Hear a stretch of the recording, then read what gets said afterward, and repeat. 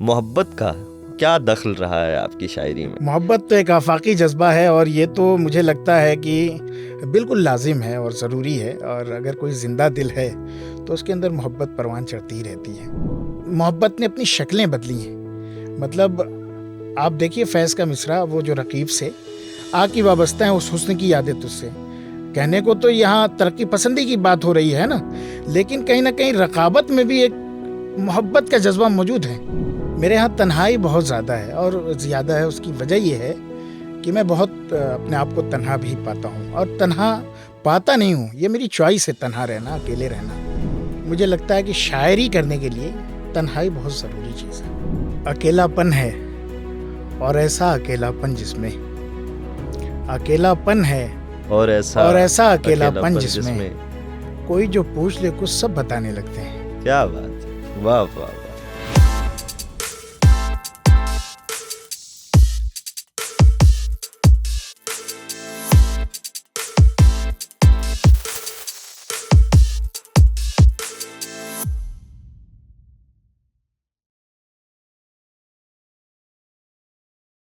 आदाब नाजरीन, रेख्ता रूम के आज के सेशन में आपका खैर मकदम है। आज के हमारे मेहमान हैं जनाब कमर अब्बास कमर साहब। आपका बहुत बहुत इस्तकबाल और बहुत खुशी हुई आपको देख के। आज बहुत अरसे बाद मैं आपसे मिल रहा हूँ। जी जी, काफ़ी। तो ये है कि हमारी दोस्ती तो रही ही है, तो ये पहली बार मैं इस तरह आपसे बात कर रहा हूँ और शायद उस दोस्ती में बहुत सारी चीज़ें जो है मुझे भी नहीं पता, तो आज शायद बहुत शुक्रिया। वो पता चल जाए। मैं बहुत बेहद शुक्रगुज़ार हूँ रेख्ता की पूरी टीम का कि मुझे इस सेशन का हिस्सा बनाया, पार्ट बनाया और यहाँ मदऊ किया। और बातें होंगी, बिल्कुल आपने जैसा कि अर्ज़ किया कि दोस्ती रही है और बहुत कुछ ऐसा होता है कि दोस्तों को पता नहीं होता, कभी उस तरह गुफ्तगू नहीं हो पाती है। आज इस इंटरव्यू के ज़रिए से बहुत कुछ इंशाल्लाह बातें होंगी और शायरी पर तो गुफ्तगू बंद ना हो, बात से बात चले। जी, जी। आप पहले तो अपने बारे में, अपनी ज़िंदगी के बारे में, आप कहाँ पैदा हुए, आप अभी तक का सफ़र आपका कैसा रहा, उसके बारे में हमें कुछ बताइए। सबसे पहले तो मैं ये बता देना चाहता हूँ कि मेरा ताल्लुक़ जो है वो मऊ ज़िले के एक कस्बे से है जो जिसका नाम घोसी है। हाँ। और तकरीबन मुसलमानों की बहुत छोटी सी बस्ती है और यहाँ मेरी पैदाइश हुई घोसी में। और घोसी में अगर आप बात करें कि शायरी के हवाले से, ख़ासकर उर्दू की शायरी के हवाले से, तो वहाँ की मैं बता दूँ आपको बात, एक बहुत ज़रूरी बात, कि वहाँ की ज़बान भी उर्दू नहीं है। अच्छा। जो एक भोजपुरी का बहुत बड़ा असर है, उसके साथ अवधी का भी असर है, तो एक मिश्रण है ज़बान का और वो बोली जाती है। तो मैं बता दूं कि जो हमारा खानवादा है, जो हमारा घर है, उस पर अज़ाई तहज़ीब का बड़ा असर रहा। ख़ासकर घोसी पर अज़ाई तहज़ीब जो है वो मुसल्लत है, वो गालिब है। तो अज़ाई तहज़ीब से मतलब आप वाकिफ़ हैं कि मरसिया, नोहे, सलाम, मनक़बत का सिलसिला हमेशा रहता है। तो वहाँ महफ़िलें होती हैं, मजलिसें होती हैं, तो आना जाना लगा रहता था। तो बचपन से ही मरसिया सुनते आ रहा हूँ, मनक़बत सुनते आ रहा हूँ, सलाम सुनते आ रहा हूँ। तो कहीं न कहीं इन सारी चीज़ों को सुनते हुए मेरे अंदर बहुत सारी चीज़ें, एक रवानी, एक तसलसल, कलाम को लेकर एक शौक़ एक पैदा हो गया। उर्दू से मोहब्बत एक पैदा हो गई, लगाव जाहिर सी लगाव बात है, पैदा हो गया। बिल्कुल। तो बहरहाल ये चल के आगे इसने जो है गज़ल का रूप ले लिया और जो कुछ हूँ मैं आपके सामने हूँ। हाँ, जी। तो ये इसमें अगर मैं आपसे ये पूछूं कि आपने तालीम कहाँ से हासिल की, और वो एक चूँकि एक कॉन्टेक्स्ट भी मिल जाता है कि आपने पढ़ाई क्या की और क्या क्या और मसरूफियात रहीं आपकी अभी तक, और अभी क्या कर रहे हैं, तो ये एक बात भी अगर सामने आ जाए तो उस ज़माने में तो मैं बता दूँ, उस ज़माने क्या, मैं तो ये बात भी नहीं कह सकता कि बहुत पुरानी बात नहीं है। तकरीबन मेरे इब्तदाई जो तालीम रही, जो बचपन में तालीम हुई, वो मदरसे में हुई। वहीं एक मदरसा हुसैनिया है, वहाँ से मेरी तालीम रही, इब्तदाई तालीम। उसके बाद मैं लखनऊ गया और लखनऊ में शिया कॉलेज से मैंने बीए और मास्टर्स किया लखनऊ यूनिवर्सिटी से।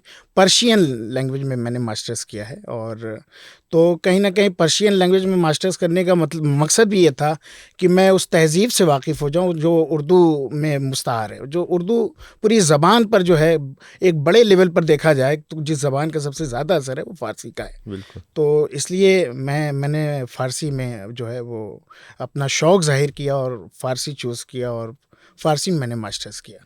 हाँ, क्या बात है।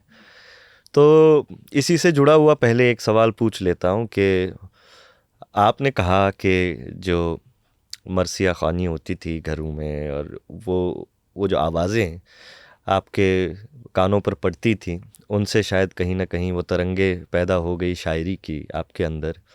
पर एक कोई ये तो है कि ये एक कंटिन्यूअस प्रोसेस है, चलता रहा होगा, पर एक ऐसा वक्त आया होगा जब आपको लगा होगा कि मुझे भी कुछ कहना चाहिए या मुझ में ऐसी सलाहियत है कि मैं कह सकूं, और उसमें आपने सबसे पहले क्या कहा? जैसा कि आपसे ज़िक्र हुआ शुरू में कि हमने मरसिए और नोहे सुनते रहे और उसकी वजह से मौज़ूनियत पैदा हुई, एक लय अपने वजूद में उसने एक जगह बना ली कि दरअसल मिसरे किस तरह बुने जाते हैं।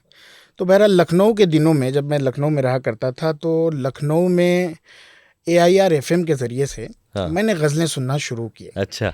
और कभी जगजीत सिंह की आवाज़ में, कभी मेहदी हसन की आवाज़ में, कभी और दूसरे जो गुलकार हैं गुलकार गज़ल गाने वाले, तो उन लोगों ने मुझे इस तरफ मुतवज्जे किया गज़ल की तरफ।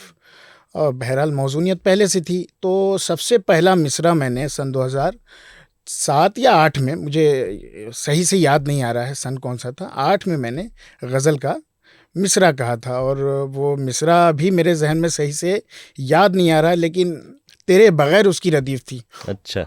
होता नहीं है दिल में उजाला तेरे बगैर, किसी ने ये मिसरा दिया था, तो इस पर मैंने तज़मीन कही थी। अच्छा, ये अब तो वो अच्छी तज़मीन मुझे ज़मीन, तो याद नहीं बहुत रही। मुश्किल हाँ ज़मीन है, पहली हाँ, ज़मीन। होता हाँ, नहीं है दिल में उजाला तेरे तेरे बगैर, बगैर। सूरज के सामने हुआ मध्यम कमर का नूर, हाँ, सूरज के सामने हुआ मध्यम कमर का नूर, होता नहीं है दिल में उजाला तेरे बगैर। क्या तो ये मैंने बात। पहला शेर जिसे कहते हैं तज़मीन के तौर पर पहला शेर मैंने तो कहा था। ये जो आपने कमर जो है आपने शुरुआत में ही जी, तखल्लुस रख मुझे जाता मुझे है। रियायत के तौर पर मैंने उसको बरता कि सूरज है तो एक कमर का इल्तिज़ाम ज़रूरी है। इसी तरह जी। ये मेरा एक सवाल तो है, जानिए ये बात तो है कि आपका नाम जो है वो बड़ा बड़ा दिलचस्प लगता है मुझे कि आपने अपना पूरा नाम रखा है कमर अब्बास कमर। हाँ, तो ये दो कमर जो हैं, ये इसके पीछे क्या वजह है? किसी ने मुझे किसी महफ़िल में कहा था, मैं भी वहाँ मौजूद था, कहा कि इनका तारुफ़ ये है कि ये 2 कमर के बीच में एक अब्बास है।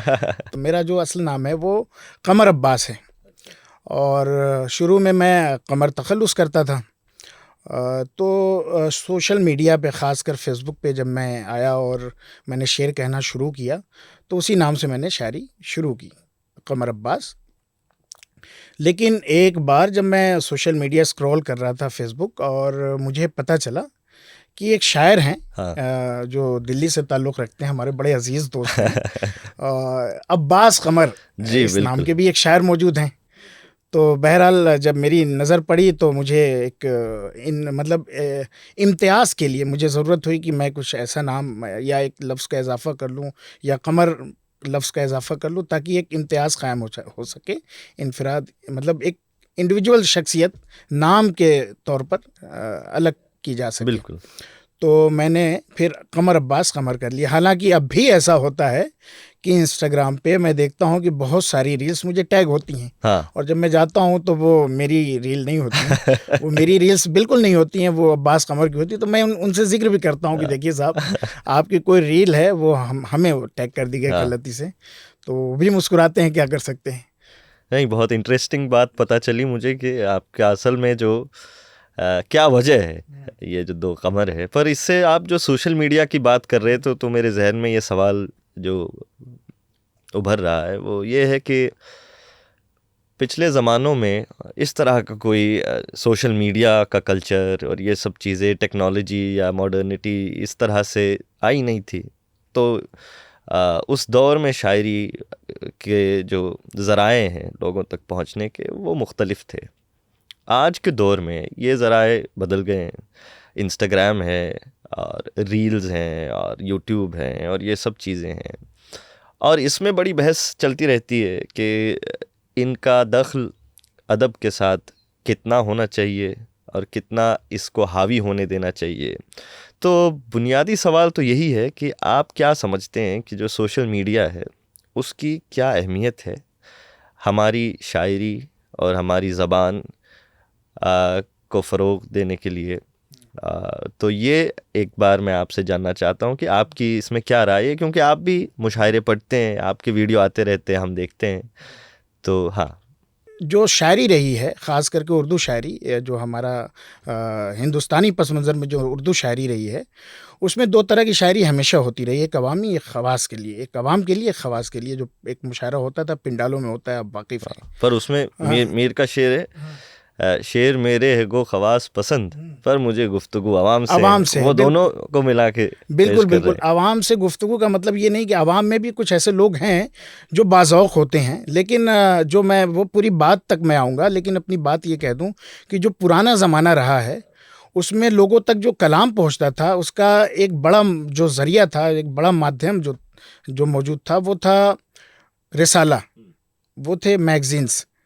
अच्छी मैगज़ीन्स, म्यारी मैगज़ीन्स होती थी, उनके अच्छे एडिटर होते थे, उनके मुदीर अच्छे होते थे, म्यारी लोग होते थे। तो जो इंतखाब आता था वो बड़ा म्यारी होता था, एक इस्टेब्लिश शायर ही वहाँ तक पहुँच पाता था, हर कोई नहीं पहुँच, रिसाले में छप ही नहीं सकता था। तो बड़ी जांच होती थी, उसूल देखे जाते थे, बहूर देखी जाती थी, ज़बान देखी जाती थी, जो भी शायरी के लिए ज़रूरी चीज़ें सब कुछ देखी जाती थी। तो वहाँ वही पहुँचता था जिसके यहाँ एक मेहनत पहले से मौजूद है, जो असल शायरी जानता है कि शेर क्या होता है, शायरी क्या होती है। आज के ज़माने में आप इसको अलमिया भी कह लीजिए, या मतलब आप अगर इसको इस तरह देखें कि उर्दू दूर तक पहुंच रही है, तो ये फ़ायदेमंद भी है। तो हमारी जो ऑडियंस है वो उसी तरह मौजूद है, ख़वास हैं, एक अवाम मौजूद है हमारे लिए। लेकिन शायरी के लिए अब आप कुछ भी लिख रहे हैं, कोई कुछ भी लिख रहा है, वो एक छोटी सी रील बनाता है और पोस्ट कर देता है। अब वहाँ कोई कैद नहीं है, कोई एक जांचने वाला आदमी मौजूद नहीं है कि उसे बता सके कि ये शेर है, ये शेर नहीं है। वो सब कुछ आवाम की नज़र हो जा रहा है, सब कुछ सामने आ जा रहा है। तो एक चीज़ ये है कि सोशल मीडिया के ज़रिए से चीज़ें फैल तो रही हैं, लेकिन उसमें अच्छा ख़राब दोनों फैल रहा है। तो आपको दरअसल अब ये इम्तियाज़ करने वाला भी आदमी कौन फैसला करेगा कि ये सही है और ये गलत है, या ये अच्छा है, ये ख़राब है, ये शायरी अच्छी है और ये शायरी ख़राब है।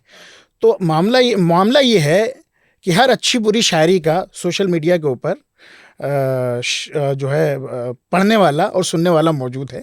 तो आज देखिए, आप मिलियंस में लोगों की शायरी वायरल हो रही है, जो कि शायद आपको भी अंदाज़ा होता होगा कि वो दरअसल शेर भी नहीं होते सही से।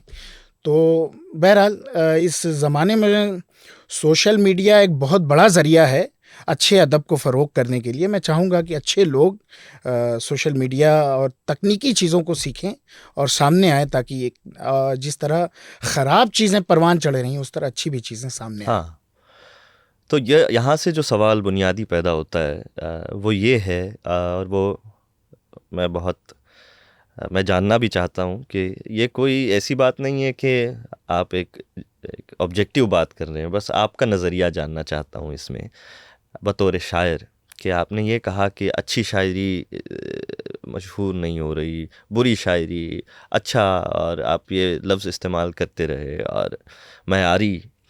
तो आपकी नज़र में अच्छा शेर क्या है? मतलब आप किस चीज़ को अच्छा शेर समझते हैं? अगर कोई मिसाल भी दे दें कुछ अच्छे शेर जो आपको पसंद है, वो भी बता दें। तो मुझे लगता है कि मेयारी शेर और अच्छा शेर की सबसे बड़ी खूबी यही है कि वो आसान हो। और देखिए, मैं क्लासिकल में नहीं जाऊंगा अभी। आप ये कह सकते हैं कि गालिब तो बहुत मुश्किल पसंद शायर है, फिर इसका मतलब ये है कि वो अच्छा शायर नहीं है। नहीं, ऐसा नहीं है।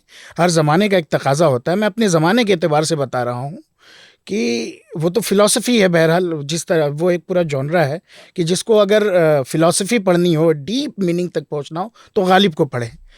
आज के ज़माने जो जदीद शायरी हो रही है, जो मॉडर्न शायरी है, उसमें देखिए तो आप ज़बान का एक इस्तेमाल, मतलब आप किस तरह की ज़बान रख रहे हैं, आपका कारी क्या है, तो आप उस तरह उस शेर को बरतें। और दूसरी चीज़ ये है कि ख़याल की सतह पर आपने कितनी ताज़ाकारी की है।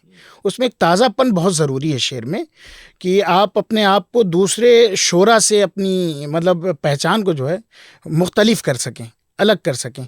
तो हालांकि बहुत कुछ कहा जा चुका है, बहुत कुछ लोगों के जहन में भी है, तो जाहिर सी बात है एक शायर का जो पूरा सफ़र होता है, शेरी सफ़र, उसमें हज़ारों लोगों को पढ़ता है, वो असर कबूल करता है। कहीं ना कहीं उसके जहन में बहुत सारे माना, बहुत सारे शेर के मफाहिम रह जाते हैं, लेकिन जब वो शेर कहता है, जब वो तजर्बे में आता है, शेर कहने के तजर्बे में, तो उन मफहूम को किस नएपन के साथ अदा करता है, ये बहुत ज़रूरी होता है। तो एक ताज़ाकारी एक शेर में बहुत ज़रूरी है। तो सलासत, ताज़ाकारी, और मुझे लगता है कि शेर जो है वो ऐसा होना चाहिए कि फौरी तौर पर कारी के जहन में एक मतलब जिसे कह सकते हैं कि कारी के जहन में फौरी तौर पर एक हैरत पैदा कर दे, हैरत पैदा कर दे। हालांकि बहुत बार ऐसा भी हो सकता है कि हैरत पैदा होती है, लेकिन जब कारी उन हैरतों से बाहर आता है और पुरसुकून होकर लफ्ज़ों को डिकोड करता है, तो बहुत डीप मीनिंग नज़र ना आए। ऐसा भी हो सकता है कि कोई बहुत बड़ा माना उसके अंदर मौजूद ना हो। तो सही शेर और अच्छे शेर की पहचान यही है कि हालांकि किसी का बड़ा अच्छा कौल है कि जो ज़बान जद हो जाए वो अच्छा शेर है। जो फ़ौरन आपके जहन में, आपके दिमाग में अपनी जगह बना ले, अपनी एक जगह घेर ले, वो एक अच्छा शेर हो सकता है। तो ये बस एक छोटी सी बात इसमें कि सिर्फ जहन की शायरी जो है वो सिर्फ जहन में जगह बनाए ये सबसे पहले, या आपका जज्बा भी है ना, आपके और सारी फैकल्टीज़ है महसूस करने की, दुनिया को समझने की, तो उसमें क्या सबसे अहम जो रोल है वो जहन का है? सबसे पहले क्या शेर जज्बे को जो है गिरफ्त में ले या तख़य्युल को गिरफ्त में ले? ये बस एक मैं आपसे पूछना चाहता हूँ। बिल्कुल शेर सुनते हुए सबसे पहले मुझे लगता है कि इंसान अपने जज्बे को आगे रखता है और सबसे बड़ा असर उसके जज्बे पर ही होता है। हालांकि जज्बे भी कहीं ना कहीं कारफरमाई उसके पीछे जहन की होती है, किसी हर जज्बे के पीछे तो जहन से ही सिग्नल्स मिलते हैं हर जज्बे को। तो मुझे लगता है कि हमारा जो इमाम है वो जहन ही है, वो सारी प्रोसेस का, तो जहन में उसकी जगह होनी चाहिए। क्या वो है ना, लाजिम है दिल के पास रहे पासबान अक्ल, लेकिन कभी कभी उसे तन्हा भी छोड़िए।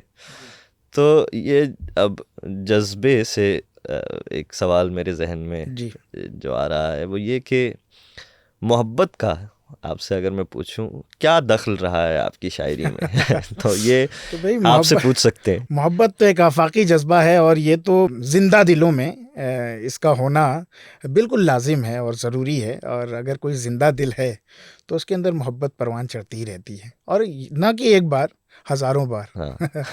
कई बार। अच्छा। तो मोहब्बत काफ़ी पीछे से हमें मतलब पुश करती है और हमें आमादा करती है ज़िंदगी को। मुझे लगता है कि आप बेहतर तरीके से किसी मोहब्बत के जज्बे के साथ ही समझ सकते हैं और उसको दर्क कर सकते हैं। वो मोहब्बत मुझे लगता है कि आपका जो मकसूद है, जो आपकी मुराद है वो किसी खातून से, तो बिल्कुल एक मोहब्बत बहुत ज़रूरी हो जाती है ज़िंदगी के सही मानों को समझने के लिए। हाँ। उसमें आप बहुत अलग तरह के तजर्बे करते हैं। आपकी जो इनफरादी ज़िंदगी है उसमें दुई का तसव्वुर पैदा होता है। उस दुई से आप मतलब आप बहुत सारी चीज़ें आपके तजर्बे में आती हैं, तो बहुत ज़रूरी है मोहब्बत। मैंने बताया कि एक बार नहीं, जितनी बार आप मोहब्बत करेंगे उतनी बार नए तजर्बे से आगाह होंगे। हाँ, मैं ये सवाल इसलिए भी पूछ रहा हूँ क्योंकि हमारी जो बहस अदब में चलती आ रही है उसमें हाल ही के दौर से ही गज़ल को एक अलग नज़रिए से देखा जाने लगा और उसमें एक तरह की जो है दाखिलियत का तसव्वुर ज़्यादा है। इस वजह से गज़ल को जो है उसको एक मनफी नज़रिए से देखा जाने लगा। फिर आगे चल के प्रोग्रेसिव राइटर्स और बहुत सारी चीज़ें हुई, यहाँ तक कि एंटी गज़ल, बहुत सारी चीज़ें पैदा हुई। और उसमें जब मैं देखता हूँ आज भी हम सब शायर जो है, हम में मोहब्बत का जज्बा और गज़ल को उसी तरह महसूस करने का एक जज्बा जो है वो पैदा हो चुका है। तो ये जो आप पूरी बहस को देखते हैं, तो इसके बारे में आप क्या समझते हैं और ये क्या हो रहा है? भाई मोहब्बत की शक्लें बदलती हैं। मोहब्बत तो एक ऐसा जज्बा, मैंने बताया ना, कि वो कहीं ना कहीं मौजूद होता है, बस आपके ज़मानियाती तकाज़े बदलते रहते हैं। तो जो आपने पूरी तहरीकों की बात की, जो एंटी गज़ल और तरक्की पसंद तहरीक और भी दूसरी जो तहरीकें रही हैं, उनका इन्फ्लुएंस रहा, और एंटी गज़ल वाला जो आपने ज़िक्र किया, तो मुझे लगता है कि मोहब्बत ने अपनी शक्लें बदली हैं। मतलब आप देखिए फैज़ का मिसरा, वो जो रकीब से आ की वाबस्ता है उस हुस्न की यादें तुझसे, कहने को तो यहाँ तरक्की पसंदी की बात हो रही है ना, लेकिन कहीं ना कहीं रकाबत में भी एक मोहब्बत का जज्बा मौजूद है कि भाई देख, तूने उस इंसान के साथ इतना बड़ा अरसा गुजारा है जिसकी मोहब्बतों में मैं गिरफ्तार रहा और उस तक नहीं पहुंच पाया। हाँ, तो उस मोहब्बत के जज्बे को वो किस तरह बयान कर रहा है अपने रकीब से। हालांकि रकाबत का जो जज्बा रहा है वो हमेशा नेगेटिव रहा हाँ, है ना, हमेशा उसके मनफी आप तासुरात नजर आएंगे आपको। लेकिन आप देखिए फैज़ की नज्म में आ की उस हुस्न से वाबस्ता है आ की उस हुस्न से वाबस्ता है यादें तुझसे, तुझसे। जिसने इस दिल को परीखाना बना रखा था। तो अब बताइए, वो मोहब्बत का जो एक शक्ल है, मोहब्बत की जो एक शक्ल है, वो यहाँ एक अलग रूप में आ गई, एक अलग रंग में आ गई। तो मोहब्बत के वही कह रहा हूँ कि मोहब्बत के जज्बे, मोहब्बत की शक्लें बदलती रही हैं। मोहब्बत कभी ख़त्म नहीं होती। और कहने को बात है कि समाज में हमारे पैदा होने वाले जो दूसरे मामलात हैं या दूसरे तकाज़े हैं, उन्हें भी फुलफ़िल करना शायरों का काम है। तो जब जिस तरह का ज़माना रहा, तो शायरों ने कलम उठाई और अपनी बात कही। हाँ, हालांकि ऐसा नहीं है कि उस शायर के जहन में अपने महबूब के लिए एक तसव्वुर, एक ख्याल मौजूद न रहा हो, लेकिन उसके लिए तकाज़े, जो उसके लिए अव्वलीन तकाज़े हाँ, थे, वो दूसरे थे। बिल्कुल। जब आप शेर कहते हैं तो आपके जो मज़ामीन हैं शेर के, उसमें सबसे ज़्यादा आने वाले मज़मून कौन से हैं? और ये मज़मून आपको क्यों लगता है कि ये बार बार आ रहे हैं? तन्हाई, तन्हाई। मेरे यहाँ तन्हाई बहुत ज़्यादा है, और ज़्यादा है उसकी वजह ये है कि मैं बहुत अपने आप को तन्हा भी पाता हूँ, और तन्हा पाता नहीं हूँ, ये मेरी चॉइस है, तन्हा रहना, अकेले रहना। और मैंने ज़िक्र किया था कहीं कि मुझे लगता है कि शायरी करने के लिए तन्हाई बहुत ज़रूरी चीज़ है। मतलब शायद मैं इस वजह से भी अपने आप को अकेले रखता हूँ कि मैं नहीं चाहता कि शायरी के दरमियान कोई एक चीज़ ऐसी हायल हो जाए कि जो मुझे मेरी तन्हाई से दूर कर दे और मेरी शायरी से दूर कर दे। तो मैं इतना वक्त और इतना लम्हा ज़रूर अपने लिए बचा लेता हूँ कि जिसमें अकेला रह सकूँ, जिसमें तन्हा रह सकूँ। तो तन्हाई बहुत ज़रूरी है, और तन्हाई जैसे ख़याल मेरी शायरी में आपको जा बजा देखने को मिलेंगे। पर ये भी बात है कि जूं ज़िंदगी आगे बढ़ती है तो तन्हा रहने के मौके जो हैं, मतलब जिस्मानी तौर पे फिज़िकली एक प्रेजेंस में, वो भी कम होते जाते हैं। और जिस तरह की ज़िंदगी हम इस वक्त बसर कर रहे हैं, इसमें जो है हर घड़ी अगर आप तन्हा भी हैं फिर भी आपके पास आपका फ़ोन तो है। मतलब ये जो टेक्नोलॉजी है और सब चीज़ें जो है, यानी कि आप किसी ना किसी चीज़ से घिरे ही रहते हैं। जी बिल्कुल। तो इस सब में जब आप कहते हैं कि मैं एक तन्हा वक्त अपने लिए तन्हाई खोज लेता हूँ और वो चीज़ मैं ढूंढ लेता हूँ, तो अगर मैं आपसे पूछूं कि ये कैसे कर पाते हैं आप, और ये जो चीज़ें हैं जबकि अब एक आदमी कभी तन्हा रह ही नहीं सकता, तो उसमें आप तन्हा कैसे रह पाते हैं? उसके लिए हाँ, सही बताया कि फ़ोन जैसी चीज़ आने के बाद इंसान नहीं कह सकता कि वो अकेला है, पूरी दुनिया से जुड़ा हुआ है। फिज़िकली ना सही, पर मेंटली कहीं ना कहीं वो मौजूद है, किसी न किसी के साथ गुफ्तगू कर रहा है या कमेंट्स चल रहे हैं, तो कहीं ना कहीं उसकी एक मौजूदगी मेंटली तौर पर मौजूद है। लेकिन मैं आपको बताऊं कि एक लम्हा मेरी रात का ऐसा ज़रूर आता है, जो मैं अपना ज़ाती तजुर्बा शेयर कर रहा हूं, कि जिसमें मैं अपने फ़ोन को बिल्कुल अलग थलग साइड में कर देता हूं और मेरा शेर भी है, शायद उस शेर के ज़रिए से मैं अपनी बात जी ज़्यादा बिल्कुल, बेहतर तरीके से इरशाद। मुकम्मल कर सकूं कि हमारी रात का एक वक्त तय है जिसमें हम एक वक्त तय है जिसमें हम तमाम बिछड़े हुओं को बुलाने लगते हैं। क्या बात, तो वो बहुत जो अच्छा। वक्त है, वो जो लम्हा है, वो मेरी तन्हाई के उरूज का लम्हा होता है और उसमें मैं अपनी ज़िंदगी का एहतिसाब करता हूँ। मैं अपनी पूरी ज़िंदगी के सफ़र को उसमें देख पाता हूँ कि हज़ारों लोग मिले, हज़ारों लोगों से आशनाई हुई, हज़ारों क्या लोग बात, बिछड़ गए। हालाँकि बहुत उम्र नहीं है, लेकिन इनमें भी हमने लोगों को बहुत पाया और बहुत खोया। तो वो जो तजुर्बा है खोने और पाने का, मुझे लगता है कि उस तन्हाई में मैं सही तरीके से दर्क कर पाता हूँ और सोच पाता हूँ। और जब-जब सोचता हूँ, जब-जब याद करता हूँ, तो मुझे ऐसा लगता है कि मैंने किसी को खोया ही नहीं, सिर्फ़ क्या पाया बात। और पाया है। गोया कि तो आपके लिए जो है तन्हाई जो है बीती हुई यादों की महफिल है। बिल्कुल, हाँ बिल्कुल। हाँ। यादें अपने अंदर एक कहीं न कहीं एक पूरी शख्सियत को जो है तस्वीर की शक्ल में बसा लेती हैं ज़हन के अंदर और ज़हन में वो यादें एक तस्वीर की सूरत में कहीं कैद हो जाती हैं। तो फिर आप तन्हाई में नहीं होते, उन तस्वीरों से, उन यादों से बातें कर रहे होते हैं। बहुत बहुत सारे शोरा ने शेर कहे कि तस्वीरों के ज़रिए से मतलब ऐसा होता है कि तन्हाई में दीवारों पे शक्लें बनना और वो सारी चीज़ें। बहरहाल आप दूसरे आदमी या किसी डॉक्टर को ऐसा लगेगा कि ये शायद पागल लोग हैं, ये हाँ मेंटल लोग हैं। लेकिन मैं आपको मुंह नजर बताऊँ, आते हैं हाँ, वो दीवारों मैं के आपको बीच। बताऊँ कि ऐसा नहीं है। हाँ वो यादें मुजस्सम यादें हो जाती हैं, वो तस्वीरी यादें हो जाती हैं और जब ख़याल में आप जीने लगते हैं, किसी ख़याल के एहसास में, किसी तसव्वुर में, किसी याद में, तो मुझे लगता है कि वो जो लम्हा है आपका तन्हाई भरा लम्हा, वो किसी इंसान से मुलाकात से ज़्यादा बेहतर हो जाता है। क्या बात। तो क्योंकि आप उसमें जो बातें कर रहे होते हैं तस्वीरों के साथ, जो गुफ्तगू कर रहे होते हैं, जो अपने ख़याल में आप एक सफ़र कर रहे होते हैं, वो आप अपने इरादे का सफ़र कर रहे होते हैं, उसमें किसी दूसरे शख़्स का इरादा शामिल नहीं होता है। क्या बात। हाँ इस पे मुझे गालिब का वो शेर याद आता है आदमी बजाए खुद एक महशर ख़याल, हम अंजुमन समझते हैं खलवत ही क्यों ना हो। क्या बात है! तो देखिए, वो हाँ पूरी पूरी जो मेरी बात है ना, वो बिल्कुल, उसी पस मंज़र में रही। ये शेर हालाँकि मेरे शायद जहन मैं में अपने आया। तरीके से सही तरीके से कह ना पाया हूँ, हाँ नहीं नहीं हैं, बिल्कुल वो लेकिन बात तो मैंने पहुंच गई। कोशिश की। तो आप जब शेर कहते हैं, हमारे यहाँ बात चली आती है कि शेर आते हैं गैब से, ये मज़ामी या ख़याल के। ये जो शेर है कि उसकी आमद होती है, या वो आमद और आवद का जो मामला है हाल ही के यहाँ से शुरू होता है, और जिसने उनको उसको लिखा है एक तरह से। तो आप क्या समझते हैं कि आपका इरादी दखल, मतलब इंटेंशनल जो क्रिएटिव प्रोसेस में आपका कितना दखल है, लेकिन इरादी तौर पर? हाँ, हाँ, मैं बस ये कहना चाहूँगा कि आप सफ़र कर रहे हैं, मान लीजिए ऑफ़िस से निकलते हैं और मेट्रो पे पहुँचते हैं, अचानक से कोई मिसरा आ जाता है। तो वो जो अचानक से कोई मिसरा आ जा रहा है, तो वो तो आमद का मिसरा ही है। आपने यानी कि कोई मिसरा आप आता अचानक से। मेट्रो में आपने इरादा नहीं किया शायरी करेंगे, वहाँ हज़ारों लोगों की भीड़ है। उसमें आपने कहीं इरादा आपका शामिल ही नहीं है कि आप शेर कहने जा रहे हैं या शायरी करेंगे।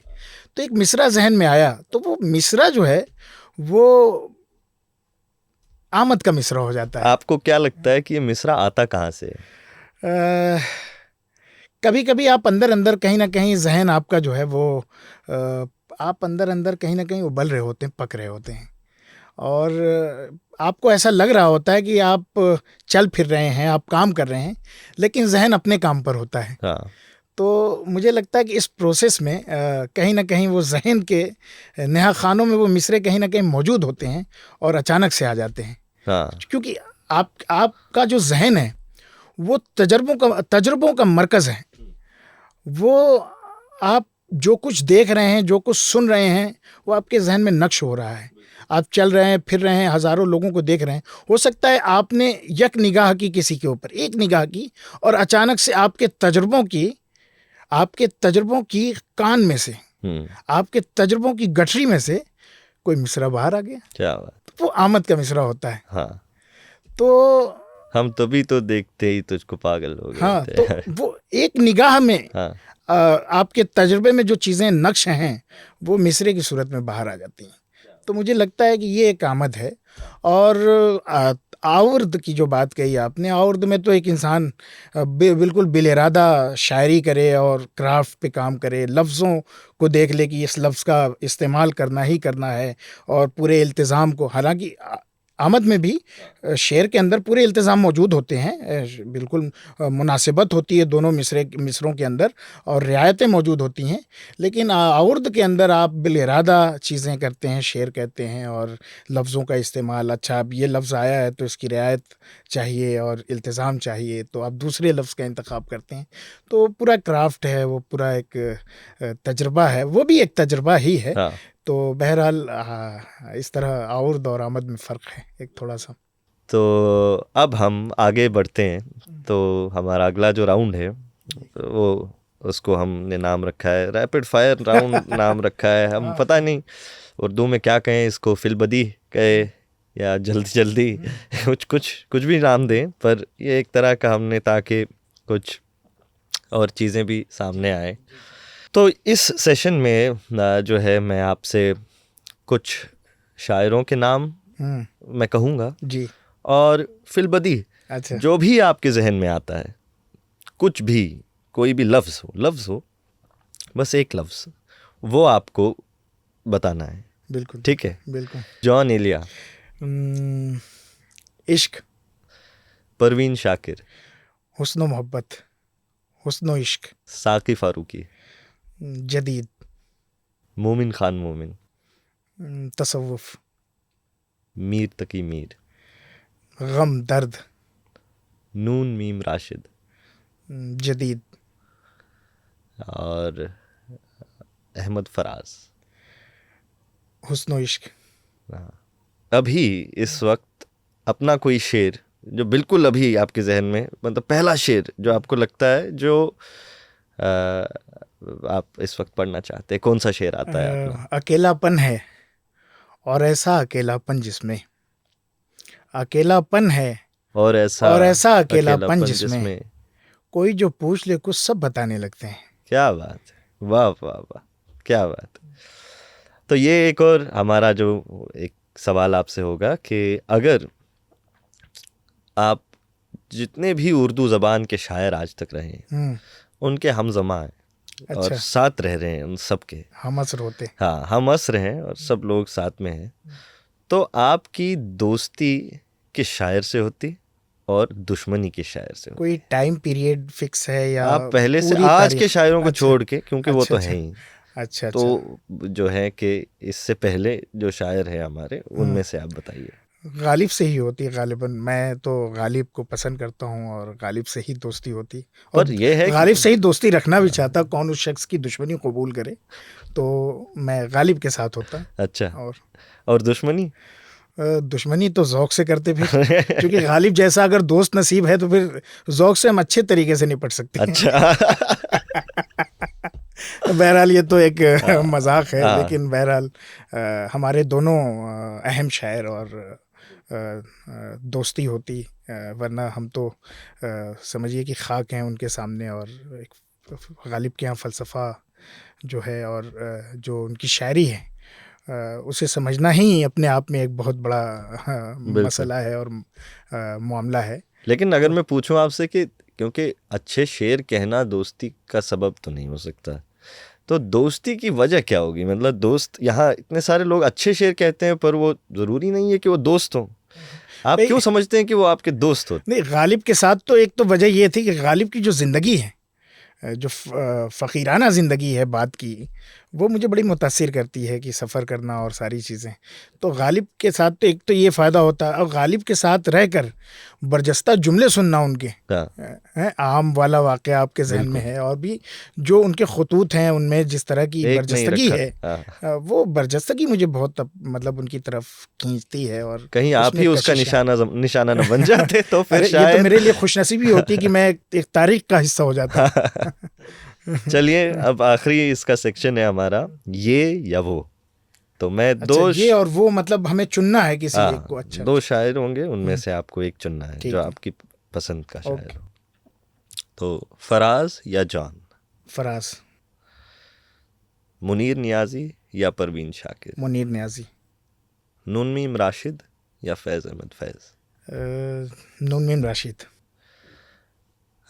मीरा जी या इंशा? मुश्किल है, लेकिन मैं इंशा के साथ जाऊँगा हाँ। जी। और मीर या गालिब? फिर मुश्किल सा सवाल है, मैं दोनों के साथ जा रहा हूँ। दोनों के साथ कोई ऑप्शन तो है नहीं अलग अलग आपके ज़मानों पास। में दोनों के साथ जाया जा सकता है। आप तो हम हंस रहे हैं दोनों के, अभी हमने कर दिया आपको। तो चूँकि मैंने बताया कि फ़लसफ़ा मुझे बहुत पसंद आता है, तो मैं गालिब के साथ। ठीक, बहुत शुक्रिया। मुझे लगता है काफ़ी एंगेजिंग ये सेक्शन भी रहा हमारा। और अब आखिरी में जो है, आखिर में हमारी हर शायर से यही गुजारिश होती है कि एक गज़ल अपने कलाम में से या कुछ अशार आप हम सामईन या हमें भी अता करें। मैंने अभी एक शेर उस गज़ल से सुना है। वो पूरी गज़ल के जो भी शेर याद हैं वो मैं सुना देता हूँ कि हम अपने आप को ऐसे गंवाने लगते हैं। हम अपने आप को ऐसे गंवाने लगते हम हैं। अपने आप को ऐसे गंवाने लगते हैं, बहुत खुशी हो तो मातम मनाने लगते हैं। बहुत अच्छे, वाह। अकेलापन है, और ऐसा अकेलापन जिसमें, अकेलापन है और ऐसा अकेलापन जिसमें कोई जो पूछ ले कुछ सब बताने लगते हैं। बहुत अच्छे, वाह वाह। कोई जो पूछ ले कुछ सब वाह, बताने लगते हैं। और शेर सुनिए कि समझ में आता नहीं जब कोई सवाल हमें, समझ में आता नहीं जब कोई सवाल हमें, समझ में आता नहीं जब कोई सवाल हमें, बहाने बाज हैं हम गुनगुनाने लगते हैं। बहुत अच्छे, क्या बात। और वो बात देखते हैं, दिल नहीं समझते हैं। वो बात वो बात देखते देखते हैं, हैं, दिल नहीं समझते हैं। मैं जाओ कहता हूँ तो लोग जाने लगते हैं। बहुत अच्छे, क्या बात। वो बात देखते हैं, दिल नहीं समझते हैं। मैं जाओ कहता हूँ तो लोग जाने लगते हैं। हमारी रात का एक वक्त तय है जिसमें हम, कहा, हमारी हमारी रात रात का का एक एक वक्त वक्त तय तय है है जिसमें जिसमें हम तमाम बिछड़े हुओं को बुलाने लगते हैं। वाह वाह वाह। बहुत शुक्रिया, बहुत ही दिलचस्प गुफ्तगू रही आपसे। बहुत शुक्रिया आपका कि आपने वक्त दिया और हमसे मिले और हमसे बातें की। तो इसी के साथ हम आज की जो हमारी गुफ्तगू है और आज का सेशन जो है वो इख्तिताम पर पहुंचता है। और अगले सेशन में आपसे फिर मुलाकात होगी। तब तक के लिए खुदा हाफिज़।